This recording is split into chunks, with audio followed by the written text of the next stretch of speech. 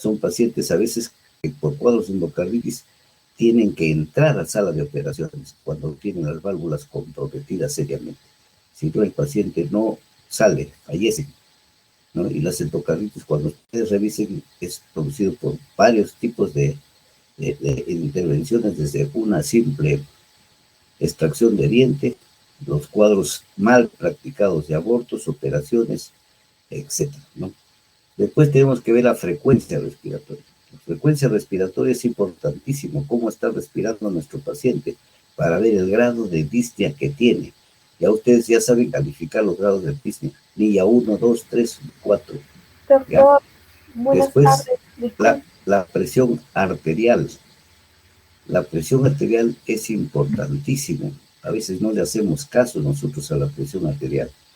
La presión arterial, ustedes tienen el tensiómetro y a veces lo tienen el tensiómetro igual que los libros para guardarlo. Ojalá que ustedes ya usen el tensiómetro para tomarle a toda la familia y van a descubrir ustedes allí varios de los familiares que tienen presión alta, ¿no? Varios de nuestros familiares tienen presión alta y nosotros tenemos el tensiómetro guardado.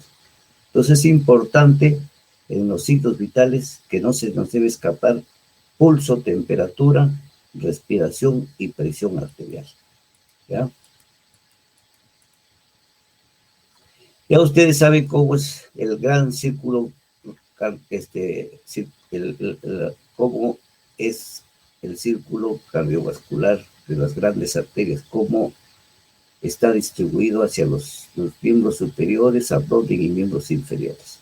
Ya vimos nosotros las venas cava superior e inferior, hemos visto las arterias pulmonares, las venas pulmonares, ¿no? Las arterias carótidas, derecha e izquierda, las venas yugulares, ¿no? Ya esto está de más, solo les presento a ustedes, esto no necesitan carabalos, no necesitan nada. Todo lo que estoy hablando es cosa sencilla. Esto ustedes lo saben, no sé por qué piden grabación, ¿no? Para después ir revisarlo, ¿ya? Igual, ustedes desde que están viendo al paciente, están viéndole las fascias. Entonces, ustedes ven una fascia abotagada, es un paciente cardíaco, ¿no? La cara está abotagada, está edematosa, está hinchada, ¿no? Por las mañanas. Por lo general, esto se presenta, el abotagamiento se presenta en las mañanas en los pacientes, ¿no?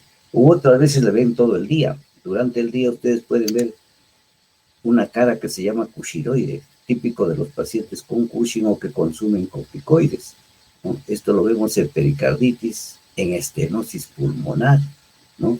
Esto es principalmente un paciente con cara cushinoide y pericarditis. Cuando hagan la teoría de pericarditis van a ver las causas. Estenosis pulmonar. Hay una estenosis pulmonar, van a tener una cara cushinoide, la cara de luna llena, ¿no? Venas cervicales ingurgitadas. Ustedes están ya viendo el cuello, hay venas ingurgitadas, ¿no? Este es típico de la estenosis tricuspidia, típico de la mediastinitis, ¿no? Otro de los signos puede ser a nivel de cara la cianosis de los labios, que puede ser cianosis central en todos los labios, en orejas, en pabellones nasales, ¿no? O puede ser distal a nivel de dedos.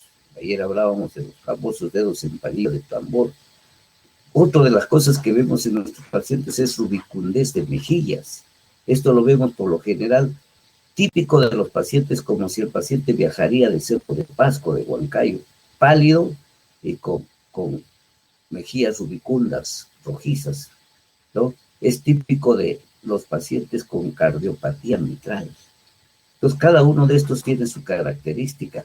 O podemos ver al paciente con una cara, con una palidez alabastrina, que se llaman los cardíacos blancos. Es típico de los valvulares aórticos. De las insuficiencias aórticas severas, aparte de la palidez que tenemos, van a ver el famoso signo de Muset, que son sacudidas que da el cardio por la circulación. Gente, el paciente va a mover la cabeza, son las sacudidas carotidas de Muset, ¿no?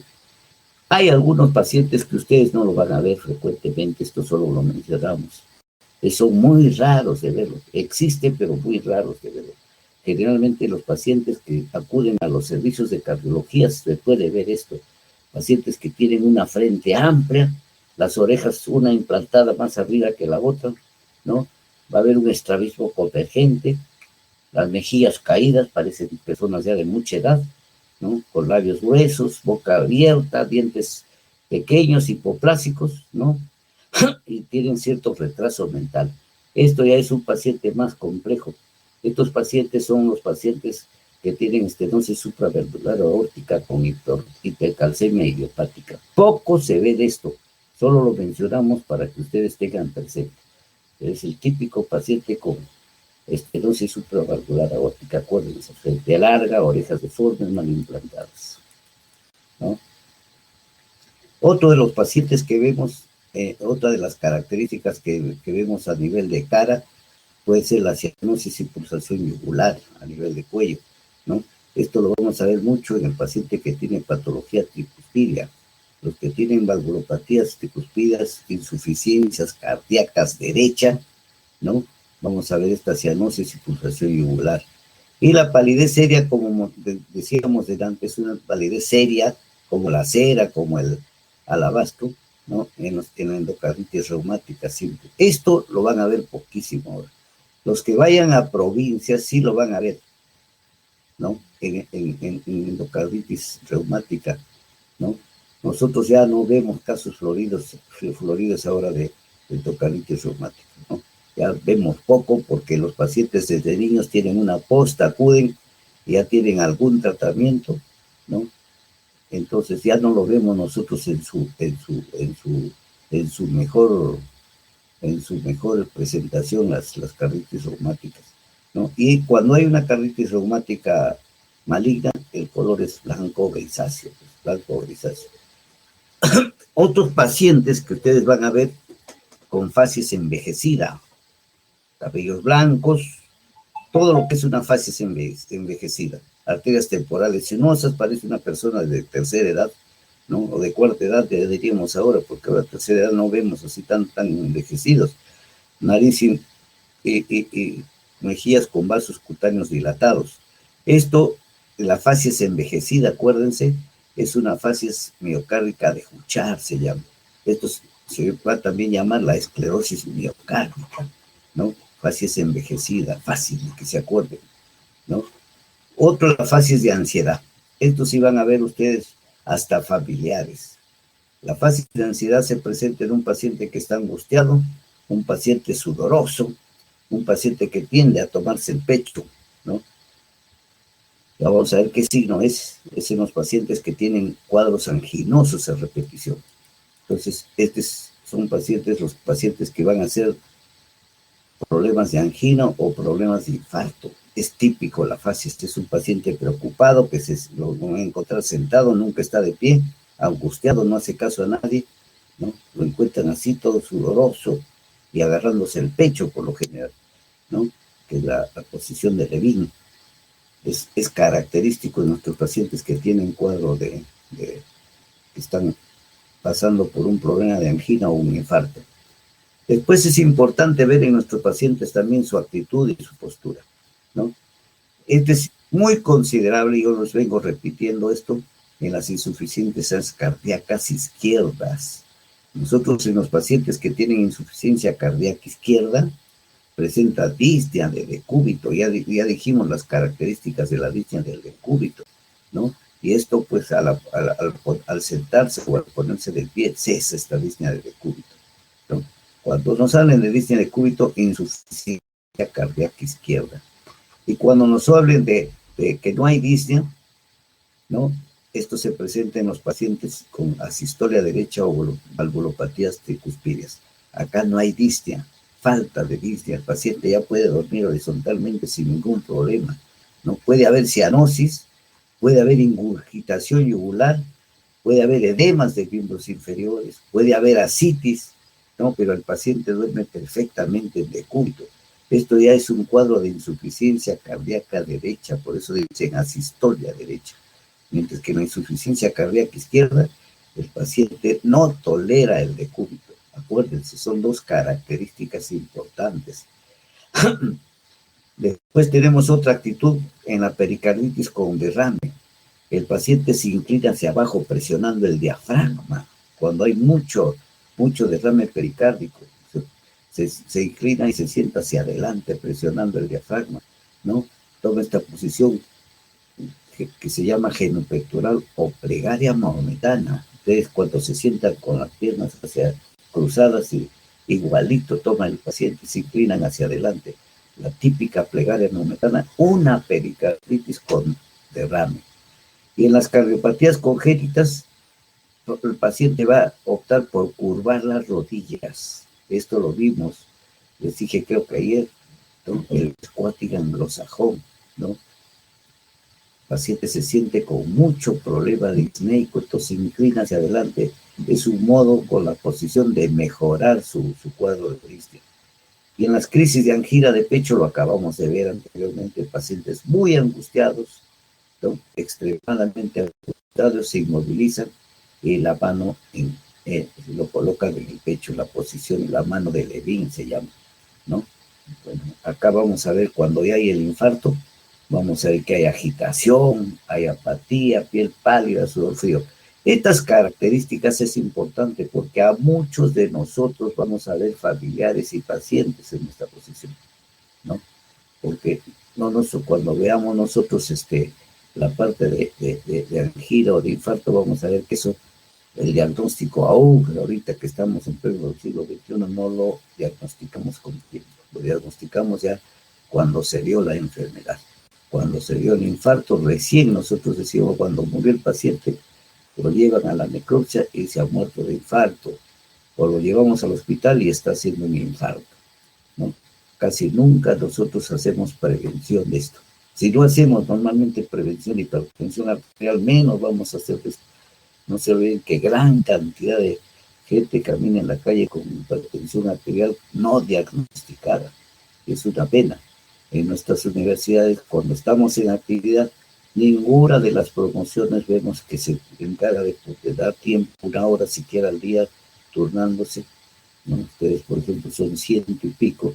Si se tornarían 2 diarios, pueden hacer atención todo el año y diagnosticar hipertensión arterial. No se hace, ¿no? Y ahí tenemos una buena cantidad de población en nuestra universidad y en las universidades. Pocas veces se hace así. Nosotros también vamos a ver características de piel. En la piel, ¿qué vamos a ver? ¿No? No se olvide que cuando hay una insuficiencia cardíaca de cualquier tipo de cardiopatías, va a haber constricción periférica debido al gasto cardíaco bajo. Entonces vamos a tener piel pálida, piel cianótica, piel rojiza o amarilla. ¿En qué casos amarilla? En los casos de insuficiencia cardíaca derecha, decíamos que simula una ictericia, simula a una patología digestiva. Y rojiza vamos a encontrar en el paciente hipertenso o en el paciente con poliglobulia que hablábamos ayer, ¿no? Entonces también encontramos a nivel de piel otra característica que es la cianosis. La cianosis, cuando es de tipo cardiogénico, lo encontramos en todo el cuerpo, ¿no? Sobre todo en las regiones más vascularizadas, lo estamos repitiendo. Labios, nariz, pabellones auriculares, partes distales de los dedos.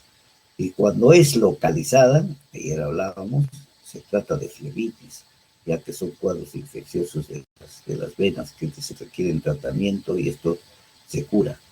Pero hay que saber distinguir lo que es una cianosis de una flebitis, ¿no?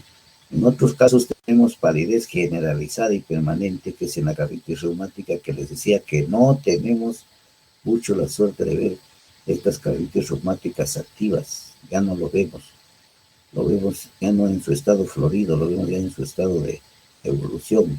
Ya no vemos mucho esto. Gracias y está bien, ojalá que no lo veamos nunca.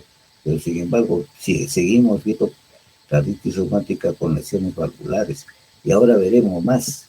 Ustedes tienen suerte porque van a ver más esta carditis reumática. No se olviden que tenemos más de 1 millón de gente que ha venido de afuera sin tratamiento, 5 o 6 años, niños que no tienen atención médica. ¿Cuánto tiempo hay? ¿Cuántos niños tenemos con patología reumática que de cada 2 o 3 años vamos a tener que recibir en los hospitales, ¿no? Entonces es importante estas cosas porque se siguen dando. No todo es color de rosa. Y el color rojizo que les dije acá, que es típico de la hipertensión y la policitemia, ¿no? Bueno, la cianosis, que es una coloración azulada de piel y mucosas, ¿no? Que puede ser local, periférica, central o general. Esto fue descrito por Blumes o Baumes en 1801. Ya no es nada nuevo. Miren, todo lo que vemos nosotros tiene mucho tiempo de evolución y de estudio, ¿no? Estas cianosis pueden ser centrales o arteriales cuando la sangre pasa por un pulmón aireado, pero la hemoglobina tiene oxígeno insuficiente. ¿Y por qué tiene oxígeno insuficiente? Porque hay disminución de la tensión de oxígeno. ¿Dónde? En la altura, cuando tenemos gases inertes o cuando los pacientes o las personas están en lugares cerrados, ¿no? En altura ya hemos dicho por qué, porque hay poca oxigenación. Gases inertes, la gente, esto hay que tener en cuenta, porque muchos de ustedes van a hacer medicina del trabajo, ahora está muy en moda hacer medicina del trabajo. Y gases inertes ahí donde hay sustancias químicas que trabaja la gente, las imprentas, en las envasadoras de aceites, ¿no? Donde trabajan con petróleo, en los centros de talleres donde se trabaja con tóxicos como pinturas. Entonces hay donde ver esto. O cuando hay ventilación alveolar, ¿no? Cuando hay respiración superficial. Antes veíamos mucho esto, porque lo veíamos en los postoperados. En los postoperados, yo les contaba ayer que entraba el anestesiólogo y tenía que tener su pera para insuflar y dar oxígeno al paciente. Se cansaba, pues, y tenía mucho compromiso después de las operaciones. Había pacientes que salían mal estos pacientes, muchos descerebrados, porque no se le daba una buena ventilación, pero les decía que ahora gracias a los ventiladores mecánicos ya esto no sucede. Incluso ha mejorado la anestesia. Ahora ustedes cuando salgan a trabajar ya no van a tener este tipo de problemas en sala de operaciones, porque ustedes le ponen una anestesia que después solo con el día dice despierta y despertó. Ya no hay los problemas de náuseas, vómitos, dolores de cabeza después de la anestesia. Ya no hay. Todo está mejorando. Pero esta hipoventilación también lo podemos ver en casos de neumonía, ¿no? En insuficiencia respiratoria. Y esto van a recibir ustedes bastantes casos. No se olviden que tengo bastantes jóvenes que hacen cuadros de uso de drogas. Entonces, pacientes que usan este caso de narcóticos, vamos a tener nosotros hipoventilación alveolar, les van a llegar pacientes hasta con arritmias en este caso, ¿no? Entonces esto es importantísimo. Cuando hay obstrucción de las vías aéreas por múltiples causas, ya hemos hablado de eso, ¿no? Puede ser obstrucción a nivel de nasal, a nivel de boca, a nivel de laringe, ¿no? Y en los pacientes con asma también se va a presentar esto. Entonces no hay una buena, o en otros casos pacientes que no van a tener una buena expansión pulmonar, los que tienen enfermedades crónicas, como los pacientes con enfisema, que acaban de ver en el capítulo anterior, los pacientes con arteriosclerosis, los pacientes que tienen neumotórax, ¿no? Entonces acá vamos a estar nosotros frente a casos de hipoventilación alveolar o pacientes con alteraciones de la permeabilidad del endotelio, también en los casos de la neumonitis, pues, ¿no? Con cuadros inflamatorios, la neumonitis, o en los casos de presencia de cortocircuitos venoso arteriales, ¿no? Las comunicaciones interauriculares, comunicaciones interventriculares, ¿no? Cuando la aorta sale del ventrículo derecho, ¿no? La aorta cabalgada que se llama, en lugar de salir la aorta del ventrículo izquierdo, sale del ventrículo derecho, son de tipo congénito. Las fístulas arteriovenosas que ustedes van a encontrar, hay casos muy interesantes que hay fístulas arteriovenosas incluso pulmonares, no solo en partes del cuerpo. Estas fístulas arteriovenosas pulmonares engañan mucho. Nosotros hemos tenido casos de chicos o chicas médicos que de la noche a la mañana presentan estas fístulas, por quién sabe por qué cosa, ya trajeron debilidad en eso, y desarrollan estas fístulas y se han confundido con casos de tuberculosis, ¿no? Y son las típicas tuberculosis donde el paciente sangra y asusta a todo el mundo, dice, como uno esté en el hospital, tienes tuberculosis, ¿no? Y le empiezan a dar tratamiento tuberculostático, pero el paciente no baja de peso, es un paciente que no contamina nada, y cuando actualmente se hace el estudio de la tomografía, se descubre que son fístulas arteriovenosas y se tratan. Ustedes saben que ahora hay tratamiento, hay un grupo ahora de médicos radiólogos que son intervencionistas, que ponen su catéter y bloquean esa fístula. Así es que no hay mayor problema ahora ya. Esto tiene tratamiento. Antes se confundía mucho y se decía que tenían tratamiento 6 meses, 1 año de tuberculosis y no sanaban. Le volvían a hacer el tratamiento. Y pese a que le encontraban beta negativo, nuestros neumólogos pues no tenían otra cosa que decir. No tiene cardiopatía mitral, es un tuberculoso. Y no es así, ¿no? No es así. Miren lo que es importante, estas características, ¿no? O pueden haber cianosis de tipo periférico, muy periférico, no son centrales, ¿no? La cianosis circula lentamente en capilares y pierde oxígeno. Esto se da mucho en el periférico, cuando antes se daba en la gente, las señoritas o algunos señoritos que usaban medias con ligas en las piernas, ¿no? Entonces tenían problemas de esto, ha habido incluso muertes, ¿eh? Por ligas ajustadas. Ahora ya no se usan las ligas con medias, ya no se usan más, ¿no? Entonces se ponían a bailar y terminaban muertos. O cuando se ajustaban antes, que ahora ya no se ve, con cinturones para demostrar cinturitas. Ya no podemos hablar, ya les decía, solo de mujeres, también se presentan varones, ¿no? Entonces, o cuadros de insuficiencia cardíaca congestiva, ¿no? Donde hay retardo en la circulación, ¿no? Obstáculos en el retorno, que es lo que le estoy hablando, oclusión, ¿no? Por ligas, por cinturones, eso hay que tener en cuenta, ¿no? En un paciente cardíaco no puede estar con cinturones ajustados, no puede estar con medias ajustadas. Es importantísimo esto. Y ver los casos de flebitis, ¿no? O compresión después de los troncos venosos. Esta compresión del tronco venoso, ustedes lo ven frecuentemente ¿en quién? En los choferes. Los choferes que manejan grandes distancias y no toman una posición adecuada para sentarse. Por ejemplo, ustedes tienen que ver esto. La mayoría de choferes manejan en una posición así, casi tirado encima del timón, y esa es una mala posición, porque está presionando su tronco venoso. Entonces ellos tienden a desarrollar varices y tienden a desarrollar como se llama, las varices anales también, las hemorroides, ¿no? Las costureras, miren, es por obstáculo en el retorno venoso. Ellos pueden hacer cianosis periféricas, ¿no? Entonces, cada caso requiere un estudio, ¿no? O puede haber trastornos vasomotores. ¿Cuántos de ustedes, de los más de 100 que son, debe haber 1 o 2 con trastorno vasomotor, que se llama la enfermedad renal, que tienen ustedes frialdad por momentos en los brazos o en las piernas? Nosotros encontramos, hasta ahora hemos tenido, de los pacientes que hemos tenido, de alumnos de medicina, 2 casos hasta ahora con enfermedades renal, ¿no? 2 casos en 12 años, 14 años que venimos viendo. Es decir, que no es raro, no es nada raro. Otro puede ser por angostamiento del tronco arterial, tromboangitis o coartación de la aorta. ¿En qué consiste la coartación de la aorta?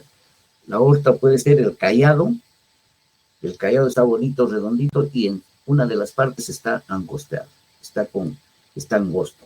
Entonces, una coartación de aorta del callado, o puede haber una coartación de la aorta de la primera porción de descendente. La aorta está ajustada, ahí como un cinturón, como si le hubiesen puesto un cinturón. ¿Cuáles los signos de esta coartación de aorta en nuestros pacientes? El paciente va a tener hipertensión sistólica en la parte de arriba o hipertensión arterial grande, ¿no? de la cintura para arriba, en los brazos, y en las piernas va a tener hipotensión. Es la característica. Entonces ustedes van a ver un paciente rosadito, si es mujer van a ver una paciente que parece que levantaría pesas igual que el hombre, y las piernas delgaditas. ¿Cómo se diagnostica? Para diagnosticar una coartación de aorta no hay necesidad de placa. pero por supuesto que se le tiene que tomar placa, pero solo tomándole la presión arterial ya ustedes tienen un diagnóstico. Le cuentan presión arterial en brazos de 160 con 100, 180 con 110, y le toman en la parte poplitea 100 con 60, 120 con 60, un diferencial tremendo de presiones entre brazo y pierna ya le está dando el diagnóstico de coartación aórtica. Se dan cuenta, solo tomando, por supuesto que después se le toma una radiografía y vemos el angostamiento de la aorta, tanto encallado como en el tercio descendente. Ahora ya se ve mucho mejor. Ahora el cirujano de tórax, ¿qué hace? Pide una tomografía, ya le da el sitio preciso, entonces entra a operar. ¿Y qué se hace allí? Se pone un parche, se pone un pantaloncito, se pone un... Eso se rompe y se dilata esa parte del estrechamiento. O se corta y se cose término terminal, ¿no? Se hacen 2 de las operaciones importantes y se terminó la coartación de aorta. Si es que ahora, si hay paciente que ustedes recuenten en coartación de aorta, debe ser operado, porque estos pacientes por lo general hacen hipertensiones muy severas. Yo todavía he visto hace años que llegaba un paciente con coartación de aorta que había hecho un ACV o un DCV, como quieran ustedes, ¿no? Porque hizo una hipertensión muy alta, un joven que hacía ejercicios, era deportista, y no sabían por qué. Encontramos y no sabía que tenía hipertensión arterial. ¿Cuál es la causa de su hipertensión arterial del tronco para arriba? Una coartación de aorta. Se operó y nunca más presenta este problema. Ahora eso ha mejorado mucho más en estas operaciones de coartación de aorta. Entonces, esto tiene solución. O puede haber una cianosis también por alteración de la hemoglobina, ¿no? La hemoglobina puede estar alterada, ¿no?, por beta-hemoglobinemia, ¿no? El uso de tóxicos exógenos, anilinas, nitritos, muros de tilo, ¿no?, endógenos, nitritos del intestino. Doctor, esto es raro, yo no consumo esto, mentira. Consumimos bastante. Los que consumimos, por ejemplo, carnes secas. ¿Quién no se come una cecina cuando va al norte, cuando va al sur? Entonces tienen bastante nitrito en las carnes secas, ¿no?, para conservarlo, ¿no? Hay muchas sustancias, muchos alimentos que tienen bromuro de etilo, ¿no? Tienen anilinas. Ahora ya esto de las anilinas se está quitando un poco, ahora se usan más colorantes vegetales, pues, ¿no? Antes se usaban muchas anilinas en helados, caramelos, chocolates, ahora ya se ha quitado por esta problema que producía cianosis por la metoneurobinemia que producía en el organismo, ¿no? Pero los nitritos seguimos consumiéndolo en embutidos, no se olviden, los que consumimos mucho embutido estamos expuestos a esto, ¿no? O puede haber hemoglobinopatías familiares, que es de tipo congénito, ¿no? Y por otra causa es sulfohemoglobinemias, que es la intoxicación por hidrógeno sulfurado. Esto se da por lo general en la gente que trabaja en algunas cosas donde va a ser intoxicación por el azufre. ¿Quién? Los que trabajan en baterías, los que trabajan con platería, con oro. Entonces, ustedes tienen que estar advertidos como médicos para que sepan de qué se trata, ¿no? Para que sepan de qué se trata. También hay trastornos en el tejido celular subcutáneo, ¿no? En el tejido celular cutáneo, que se puede ver petequias puntiformes en sábanas o equimosis, que es propio de la carditis reumática o de la endocarditis. Podemos verlo en endocarditis, pero en carditis reumática y aguda no lo van a ver, les decía, porque ya los pacientes vienen tratados desde provincias por sus centros de salud. Ya no lo vemos, la carditis. Entonces, esta equimosis pocas veces lo van a ver. En una endocarditis sí, porque las endocarditis lo van a ver en su etapa florida, acá y en cualquier lugar, ¿no? Pues, ¿qué vemos también? Eritemas anulares, ¿no?, como unas quemaduras de sol, que es propio también de la carditis reumática. Los nódulos cutáneos, que son los nódulos de Meiner, de la carditis reumática, tampoco lo vamos a ver mucho, pero lo menciono para que alguna vez si consiguen verlo en un paciente es importante. Los nódulos de Osler, que es propio de la endocarditis maligna, eso lo van a ver rarísimo. Ya no vemos endocarditis maligna casi, no lo vemos, ¿no? Y en el cuello, ¿qué vamos a ver? ¿No? En el cuello lo que vamos a ver es la estimación de la presión venosa central. Acá, antes se hacía mucha fisiología de cuello, ¿no? Porque se miden las yugulares, cómo está la ingurgitación yugular, cómo crece cuando hay ingurgitación yugular, cuántos centímetros se dilatan las venas, ¿no? En una insuficiencia cardíaca, en un taponamiento cardíaco, cómo está la danza carótida en una insuficiencia aórtica, ¿no? Incluso podemos auscultar soplos irradiados del corazón en el cuello, en las carótidas, o por placas de ateromas. No se olviden que ahora los que comen muchas grasas, así como formamos placas en la aorta abdominal o en el callado de la aorta, que son calcio como cáscara de huevo que se forma alrededor de toda la aorta y que es lo que nos produce las famosas destrucciones de nuestras arterias, los famosos aneurismas. Igual se va a formar en el cuello. En el cuello va a haber placas de ateromas, pero no hay todavía solución a esto. Lo ideal sería ponerle los famosos, todavía no se está usando mucho acá. Los cardiólogos están haciendo mucho estudio con eco, descubren placas ateromatosas, le dan tratamiento de estos tratamientos para bajar el colesterol y creen que con eso, o sea, no sé, yo he visto un estudio de 1000 pacientes, creo, y no sé de nada, le engañan, sí, ha bajado, pero no hay un resultado efectivo.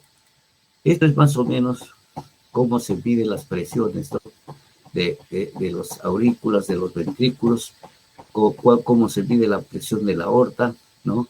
En qué momento hay la apertura de las válvulas, ¿no? Y acá está el pulso yugular, para ver el pulso yugular si se altera en algún momento, se eleva o no, o se deprime, ¿no?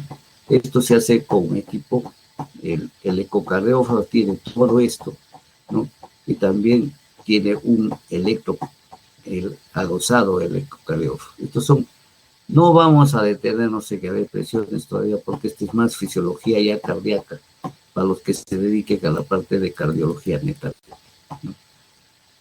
Lo que es importante sí es saber que va a haber, en una enfermedad cardíaca va a haber congestión hepática. ¿Y cuándo hay congestión hepática? Insuficiencia cardíaca derecha. No solo hay congestión hepática, sino va a haber hepatomegalia. Va a haber crecimiento de hígados terribles, 20, 25 centímetros debajo del reborde costal derecho, ¿no? ¿A qué se debe? Acá hay anoxia de los hepatocitos, va a haber necrosis hepatocitaria, muerte, ¿no? Centro lobular. Estas hepatopatías son dolorosas, sobre todo cuando ustedes hacen la palpación, la cápsula de Cristo es muy dolorosa, ¿no? En este tipo, cuando hay insuficiencia cardíaca derecha, va a haber pues fibrosis hepática intensa. Entonces se llama el famoso hígado de éxtasis. Es un hígado crecido, dilatado, simula una enfermedad gástrica, ¿no? Va a haber cuadros de insuficiencia cardíaca. Esto se puede presentar también en la hepatitis, en la pericarditis constrictiva, ¿no? En el hígado, ¿quién crece primero? El hígado, en la parte del lóbulo izquierdo. Es el primero en agrandarse, el primero que vamos a palpar nosotros. El hígado izquierdo se desplaza del lado derecho hacia la izquierda, y es lo que vamos a ver.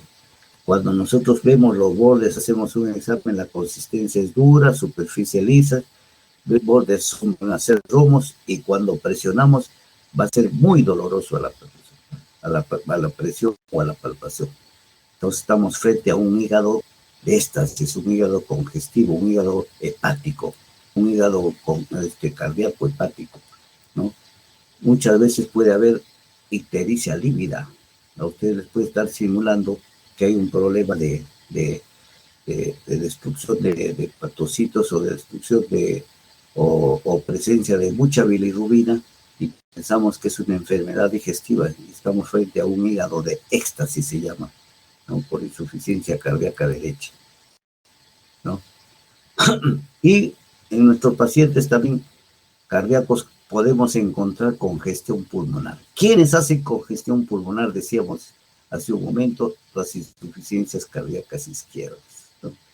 saben que auscultar, ya saben ustedes, que auscultan, van a auscultar sectores de éxtasis, crepitantes por la alveolitis exudativa, cuando estamos frente a una insuficiencia cardíaca izquierda o una insuficiencia del ventrículo izquierdo, ¿no? Entonces el signo precoz en aparecer son crepitantes, aparecen y desaparecen. ¿Cómo desaparecen? Con un simple diurético, ¿no? Lo desaparecemos esto.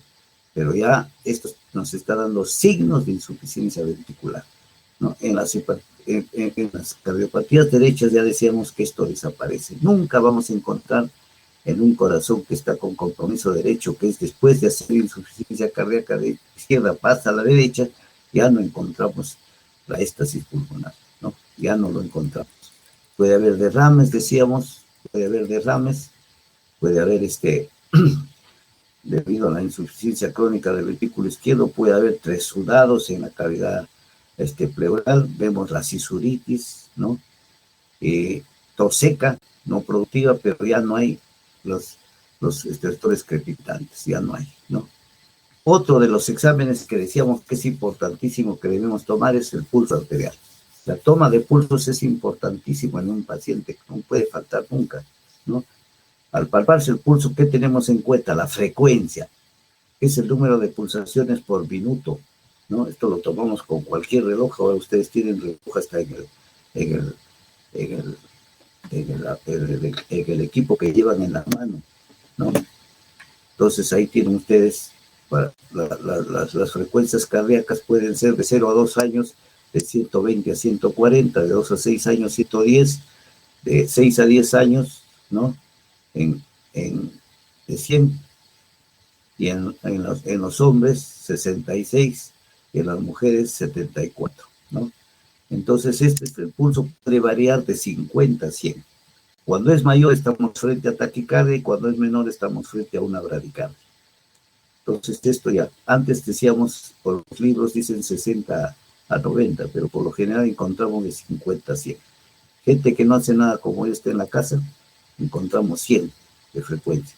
Pero la gente activa, una chica deportista, un chico que hace bicicleta, que corre, que camina, puede tener incluso 48 de frecuencia, no nos asustemos, es su frecuencia normal. Entonces las frecuencias nos dan de acuerdo al entrenamiento.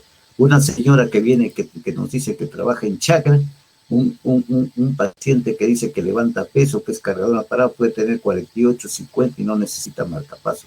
Esa es su frecuencia normal. Por eso la historia clínica es importantísima en nuestros pacientes, ¿no?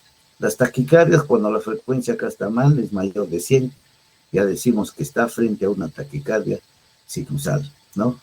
Las taquicardias sinusales, para que pueden ser fisiológicas, menores de 150. De 100 a 150 estoy en una taquicardia fisiológica que puede ser secundaria a un proceso de enfermedad febril o a un ejercicio. Entonces fisiológica, ¿no? Pacientes gestantes también me hacen a veces taquicardia.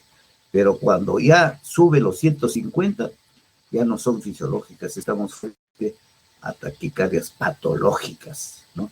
Una taquicardia, por ejemplo, paroxística, mayor de 150, ya hasta 345 puede latir, casi el latido de un ratón, ¿no? Pueden ser de inicio de términos súbitos o no puede haber un término súbito.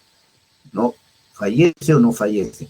Este paciente de repente toma un tranquilizante y le calma, pero la segunda vez ya no aguanta porque siente que se le va la vida en una taquicardia paroxística. Llega a una emergencia, a una clínica, a un consultorio, usted tiene que correr a un hospital y buscar un electrochoc para esta frecuencia disminuir o ponerle una ampolla por lo menos, ¿no? Hay ampollas como el verapamilo, otro tipo de ampollas que bajan la frecuencia, pero hay que ponerle con mucho cuidado.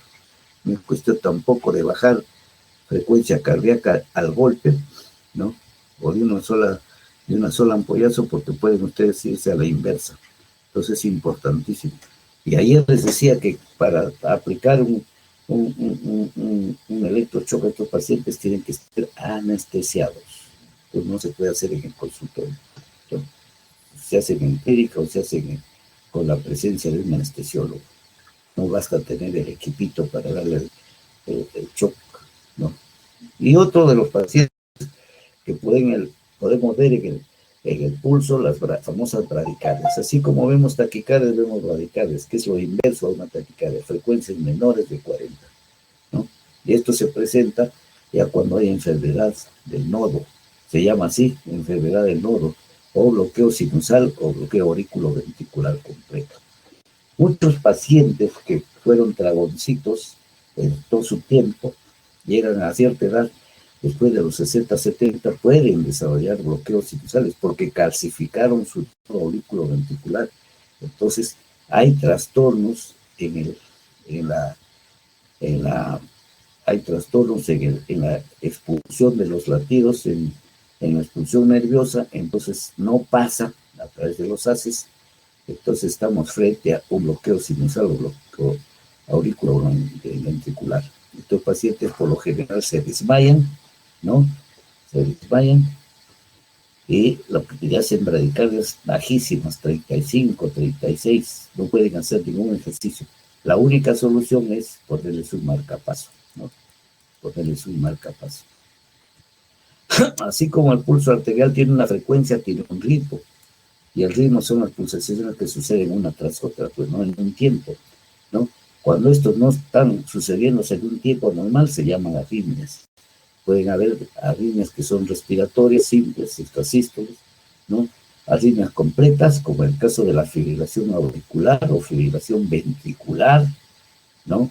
La que tienen vida las personas es con fibrilación auricular, más no con fibrilación ventricular, que se presentan en las últimas etapas de gravedad de un paciente, o puede ser el ritmo, que es la frecuencia baja por bloqueo completo que acabamos de hablar, ¿no?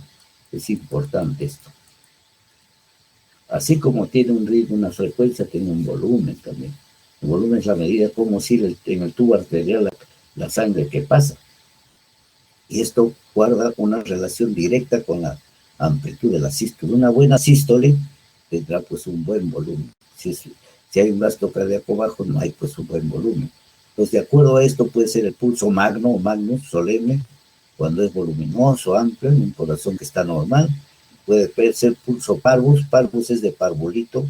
Antes en la provincia se le llama parvulito a los niños que mueren, ¿no? Entonces, cuando es pequeño, esto se debe a estenosis arterial, a estenosis aórtica o estenosis mitral, a hipertensión arterial también se puede ver. Encontramos un pulso muy débil, ¿no? Pulso filiforme, que es un pulso casi imperceptible en los pacientes que están muy complicados con una enfermedad crónica. Por ejemplo, ahora puede llegar pacientes con pulso filiforme en los pacientes que llegan con estas viremias, ¿no? Cuando hay colapso circulatorio, entonces el paciente, el pulso casi no lo sienten ustedes. Estos pacientes dan mucho problema cuando llegan a los hospitales, ¿no? Ustedes en consultorio no podrían atender esto porque no le pueden poner una vía, porque las arterias o las venas están casi colapsadas. Ponen ustedes su catéter y se rompe al minuto. Este es típico en los hospitales que van a ver ustedes cuando llegan pacientes que tienen el brazo con 3, 4 moretones. Dicen, acá el personal no sabe poner una vena, un catéter, una vena. A ver, póngale usted si le va a poder poner. Entonces, estos pacientes, cuando están con el pulso filiforme, hay que ponerle catéteres centrales en mayúsculas, ¿no? Entonces van a encontrar siempre con un catéter acá y con una gasa cubierta en el cuello. Son pacientes que llegaron en mal estado y se les pone lo que se llama un catéter central para pasarle gran cantidad de líquido, pasarle sangre o hacerle la hemodiálisis, ¿no? Pacientes que llegan con insuficiencia también en mal estado, que llegan con insuficiencia renal, ¿no? Pues eso es importante que tengan en cuenta el pulso filiforme. El pulso alternante, ya sabe que es una sucesión casi como la respiración que veíamos nosotros, una sucesión de una onda fuerte con una débil, ¿no? Esto se presenta un pulso alternante en la claudicación del ventrículo izquierdo, ¿no? El pulso paradojal o pulso paradójico, que es un pulso que cuando el paciente expira, disminuye, ¿no? Hasta desaparecer. Esto se presenta por lo general, el pulso paradojal, en la pericarditis y en la mayoría de tumores de mediastino. Entonces, todas estas cosas tienen sus características, pues, ¿no? Así también el pulso va a tener una velocidad. Y la velocidad es el tiempo que tarda en elevar el dedo cuando uno lo palpa al paciente en la zona que esté examinando. De acuerdo a esto puede ser el pulso saltón o cele, que esto lo encontramos en la insuficiencia aórtica. Cuando hablemos de insuficiencia aórtica vamos a ver, ¿no?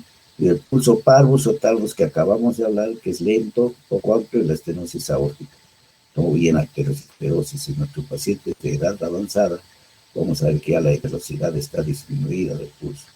Entonces, ¿no? Es importantísimo. Y hay otro pulso que se llama el pulso dicroto o dicrotismo, ¿no? Cuando termina la pulsación principal, vamos a percibir otra de menor intensidad. Esto pueden ver ustedes en las fiebres tifoideas, en las meningitis bacterianas o en las ictericias. Es importante, ¿no? El pulso dicroto o el dicrotismo, ¿no? ¿Dónde están ubicados los pulsos? El pulso no solo ustedes lo van a ver en el brazo, encima de la arteria radial, pueden tomarlo en la carótida, ¿no? Pueden tomarlo en la axila, ¿no? Pueden tomarlo en la parte braquial, la cara anterior del pliegue del codo, en el radial, que es el que más tomamos nosotros en las muñecas, en el tendón del músculo flexal radial del carpo y la apófisis estiloides, que es lo que más usamos, ¿no? El pulso puede ser pritio también abajo, detrás de la rodilla, pulso pedio, ¿no? Encima del pie, el pulso tibial. Entonces tenemos todas estas ubicaciones de los pulsos. Ya no hay, ahora que yo no le puedo tomar el pulso porque ustedes tienen múltiples formas. Esto no necesitan solo mirarlo, verlo y escucharlo y se acabó. No necesito copiarlo para nada. ¿Ya? Ahí tienen el pulso radial, el pulso popliteo, el pulso pedio, el pulso tibial. ¿Ya? Hasta con imágenes lo tenemos ahí para que no se olviden. ¿Ya? Así como tenemos pulso, tenemos una tensión. La tensión o presión arterial, que esto les van a hablar bastante cuando les digan, hablen de presión arterial, pero es el tono arterial o la presión sanguínea, cómo sale. Esta es la fuerza que ejerce el ventrículo y la salida de sangre contra las paredes de las arterias, ¿no? Eso es, estamos hablando de tensión arterial. Cómo está, de acuerdo al tono arterial, si es una arteria normal, no va a haber problemas, pero si la arteria está reseca, está fibrosada, ¿no? O está arteriosclerótica, ya las presiones suben, las presiones se incrementan. Para esto intervienen tres factores: el volumen sistólico del ventrículo izquierdo, cómo está la elasticidad de los vasos que acabamos de hablar, la resistencia periférica de los vasos. Ustedes saben que a mayor, si habría un cuadro de edema, ¿cómo está la resistencia periférica? Está aumentada, ¿no? O cuando hay tumores en determinadas zonas, la resistencia periférica va a estar aumentada. Entonces, para ver la tensión arterial, antes existía solo el método táctil o con el estetoscopio, ¿no? Que se llamaba el método auscultatorio de Korokop. Después ya se inventó el tensiómetro y se usaba con el tensiómetro de mercurio y el estetoscopio.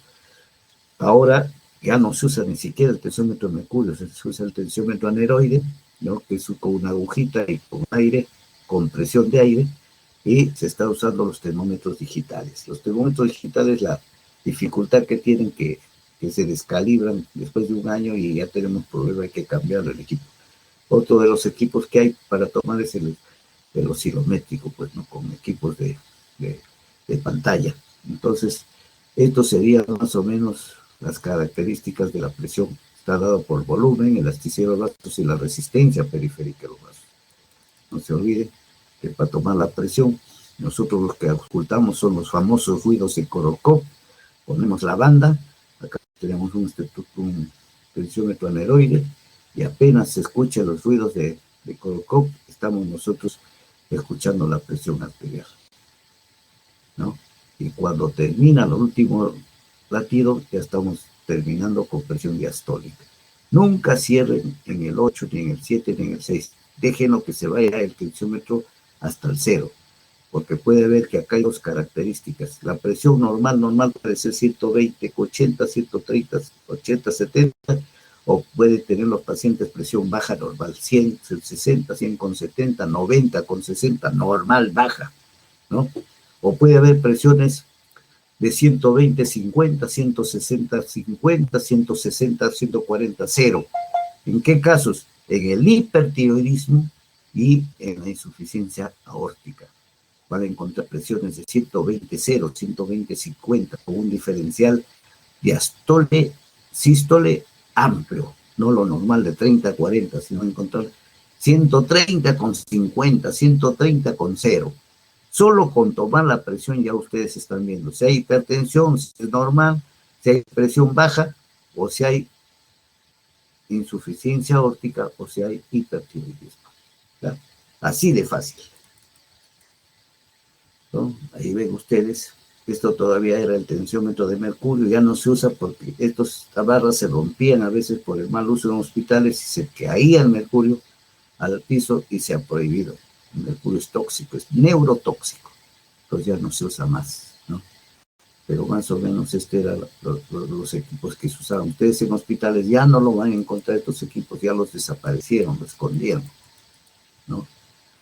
También existe una presión venosa central, la presión venosa central que corresponde a la presión sanguínea de la aurícula, más o menos así, pertenece a esa presión de la aurícula derecha y de la vena cava superior, inferior, ¿no? Entonces esto nos va a dar el volumen sanguíneo, la volemia, cómo está la bomba cardíaca, cómo está el tono muscular. Antes se usaba mucho esto, se dejó de usar, ¿no? Esto ya hace un tiempo porque apareció los famosos, aparecieron los famosos, los famosos pantallas oscilométricas y lo desaparecieron a esto, ¿no? Aparecieron los catéteres famosos Swan-Ganz que habrán escuchado, que se le ponía por la vena y se llevaba a una máquina, a un oscilómetro con una pantalla, y esto nos daba el volumen sanguíneo. Esto desapareció porque se usó el Swan-Ganz, y el Swan-Ganz también desaparece porque viene el SIDA. Entonces, con un HIV, si es un paciente con HIV, nadie sabe que tiene HIV, le ponen un Swan-Ganz, se contamina y lo pueden contaminar a otro, porque esos Swan-Ganz costaba $300 solo el catéter, aparte de la pantalla, pues otro platal, $13,000. Entonces se ha dejado de usar en los seguros y todo sitio el costo del catéter. Entonces, los valores normales de la presión venosa central son de 0 a 5 centímetros de agua en la aurícula derecha y de 6 a 12 en la vena cava. Entonces la variación es poca, ¿no? 1 milímetro de mercurio equivale a 1,36 centímetros de agua. ¿Cómo era la presión? Se tomaba la presión venosa central, ¿no? Este es el famoso Swan-Ganz que tenía que ponerse acá y en la vena subclavia, y acá había un terminal, ¿no? Que nosotros inflamos el globito para que esto navegue acá en el corazón, y otro se iba con un dispositivo electrónico a la pantalla, al oscilómetro, ¿no? Y este es el equipo para la presión venosa central, una cinta métrica de desastre que se lo pegaba en el tubo en el tubo donde va el frasco de dextrosa, se lo pegaba ahí con espaladrapo, y una vía, cualquier catéter de esos que venden para poner venoclisis, se lo pegaba acá encima con un espaladrapo, ¿no? Se llenaba este catéter, se llevaba al paciente, acá van a ver cómo se lleva al paciente, ¿no? Se lo llevaba así, acá está pegado la cinta métrica, se traía de la dextrosa, se traía el catéter acá, y de acá iba un catéter por la vena también, y tratábamos de llegar con un catéter largo, que costaba 2 soles, o cuesta 2, 3 soles, hasta el inicio de la vena cava. Entonces, acá con una llave de 3 vías, por un lado le soltamos líquido, y por otro lado el líquido, cerramos el líquido, y por otro lado sube con la presión que toma de la vena cava, va subiendo el líquido en la cinta métrica, y vamos midiendo cuánto es, y con esto nos sabe perfectamente cómo está el volumen cardíaco, ¿no? Ahora, ¿qué hace? Tienen que llevarlo a verlo en el equipo de ecocardiografía. El costo es altísimo. Y si este paciente no puede moverse, hay que traer el ecocardiógrafo a la cama. Cuando este examen, el sistema es baratísimo, no cuesta más de 10, 15 soles, ¿no? Esto se dejó de hacer Ojalá regrese, porque es importantísimo, nos da volumen sanguíneo que nos sirve para un montón de tratamientos, ¿no? Después, ahora, auscultación. ¿Qué vemos en auscultación? La diástole y la sístole. ¿En qué consiste la diástole? La diástole consiste en la apertura de las válvulas mitrotricuspídeas, las válvulas en las válvulas auriculoventriculares. Se abren las válvulas auriculoventriculares, de la aurícula izquierda sale sangre al ventrículo izquierdo y de la válvula y de la aurícula derecha sale sangre al ventrículo derecho. Entonces estamos frente a la diástole. ¿Y en qué consiste la sístole? Cierre de las válvulas auriculoventriculares y aperturas de las válvulas semilunares, ¿no? Acá se abren las válvulas semilunares. ¿Cuáles son las semilunares? La aórtica y la pulmonar. Entonces estamos frente a la sístole, frente a la salida de sangre de la ventrículo izquierdo por la aorta, ¿no? Y del ventrículo derecho por la arteria pulmonar. Entonces son los dos tiempos, sístole y diástole, o diástole y sístole, ¿no? Son los dos tiempos importantes que tenemos, ¿no? Y tenemos, una vez que tenemos la diástole y sístole, tenemos varios ruidos. El primer ruido, ¿qué nos indica? El comienzo de la sístole ventricular, ¿no? Cierre de las válvulas auriculoventriculares. El segundo ruido, ¿qué indica el 2R?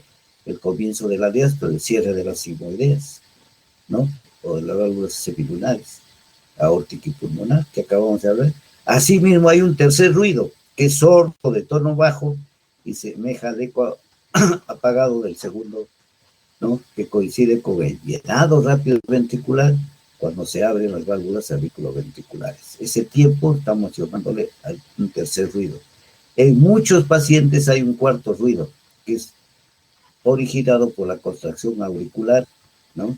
Y la distensión telediastólica. Esto se da por lo general ya en valvulopatías, ¿no? El cuarto ruido ya lo vamos a escuchar por lo general en valvulopatías. El tercer ruido, ¿dónde lo encontramos? Generalmente en pacientes con anemia y en pacientes gestantes, ¿no? Entonces es fisiológico casi el tercer ruido. Puntos de auscultación. Ahí tienen ustedes los puntos de auscultación. Ángulo de Lois, segundo espacio, y acá tienen el segundo espacio, el foco aórtico, el foco pulmonar, ¿no? En el quinto espacio, ¿qué tienen? Cuarto espacio, casi quieren ustedes en la línea para, ¿cómo se llama este? Para external, tienen ustedes el foco tricuspidio. Y en la línea medio clavicular, quinto espacio, que tienen el foco vitral. El foco vitral. Son los 4 focos importantes que hay. Hay otro foco que es el accesorio aórtico, en el tercer espacio, pero lo usamos poco. Aunque ustedes aprendan estos 4 focos, es más que suficiente, ¿ya? Es más que suficiente. Acá tienen los focos muy bien señalados: foco aórtico, foco pulmonar, foco mitral, línea media clavicular, línea paraesternal, tenemos el foco tricuspide. Son los focos principales que ustedes van a auscultar, donde tienen ustedes que hacer su auscultación para ver daño pulmonar o para auscultar cualquier diferencia que hay. Los ruidos cardíacos están siempre simulados por las palabras dumta. Entonces quiere decir que yo pronuncio el primer ruido, la sístole es más prolongado y el ta más seco. Dumta, dumta, dumta, ¿no? Tiene que tener una frecuencia y un ritmo, ¿no? ¿Cuándo es soplo? Cuando hay prolongación de los ruidos. Si el dum se dilata, es un soplo sistólico. Y si el ta se prolonga, un soplo diastólico, ¿no? Entonces, puede haber sisto y diástole, que es el soplo de maquinaria, ¿no? El soplo de maquinaria propio de la coartación, no, propio de ¿qué? Del chum aortopulmonar, la persistencia del ductus arterioso,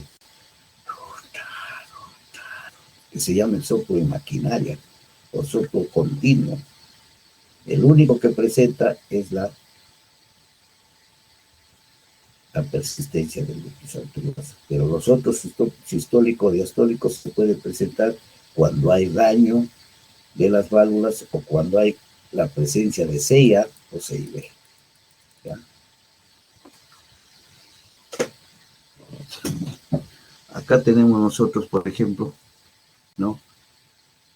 Estas son las características del sonido. Dum-ta o loop-dup, loop-dup, loop-dup, loop-dup. Cualquiera de los dos va a significar, van a ustedes escuchar un soplo diastólico, ¿no? No ha salido la grabación. No sé qué pasó. No salió una grabación de ruidos cardíacos. Ojalá lo tenga por ahí. Si no, pues les llevo para pasarlos. No salió.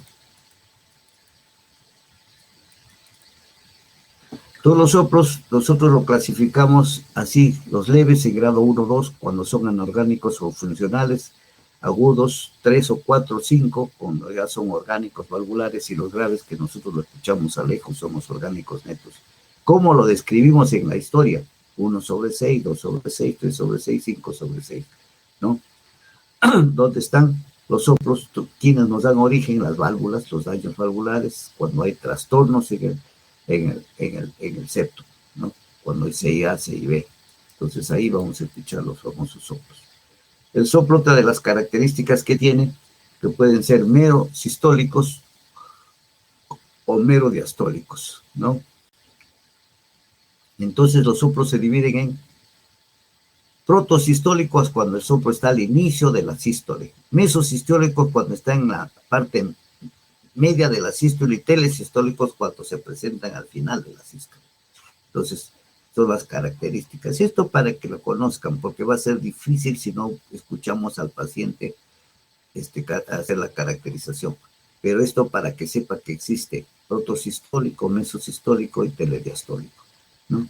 Y en la diástole igual, protodiastólico si está al comienzo de la diástole, mesodiastólico si está en la parte media de la diástole, y telediastólico si está en la parte final de la diástole. Esto más o menos son los soplos. Nosotros tenemos, aparte del electrocardiograma, tenemos la ecocardiografía, que la ecocardiografía ha venido a ser un método de examen muy, muy importante en la cardiología. Ahora, cardiólogo que no toma o no ve una eco, no puede dar un diagnóstico definitivo. Miren, en la eco se ve las 4 cámaras, se ve el tabique interventricular, se ve la división de las aurículas, se ve las cámaras cardíacas completas, ¿no? Se ve las válvulas.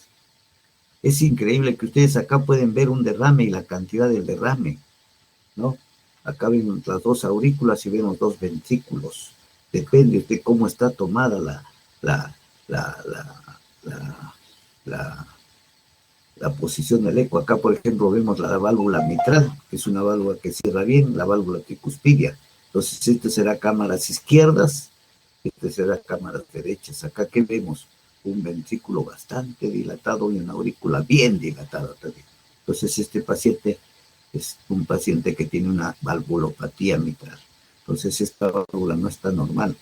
Acá es una válvula con doble lesión mitral, porque está dando un crecimiento de aurícula y un crecimiento de ventrícula, ¿no? Entonces está dando una doble lesión mitral, ¿no? Y así lo vemos la eco.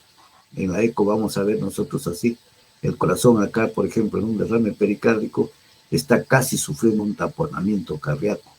Este corazón llega un momento que hay tanto líquido acá, ¿no? Que ya no se puede movilizar. Entonces el corazón se tapona, ¿no? Entonces, porque el derrame cardíaco es tremendo. ¿Qué nos hace el ecocardiografista? Toma la medida de acá y toma la medida de acá. Nada más, y la máquina le dice, tiene 2000 centímetros de agua, tiene 1000 centímetros de agua, tiene 500. Si ustedes sacan y la cantidad es exacta, porque esto es por su figura geométrica. Entonces ya está dando en sus 3 dimensiones. Ya el cálculo está hecho por la máquina, ¿no? Lo único que hace es con el cursor le sigue nomás, toma las medidas y inmediatamente tiene la cantidad. Estos son los diagnósticos que nos da el eco. Son diagnósticos finos, que antes no lo teníamos. Antes solo teníamos una simple placa radiográfica. Pero apareció el ecocardiógrafo bidimensional, que se llama esto, hace unos 25 o 30 años, y ya tenemos ahora el diagnóstico. No es nada antiguo, no es nada antiguo. Con esto terminamos para definir lo que es precarga y lo que es poscarga, ¿ya?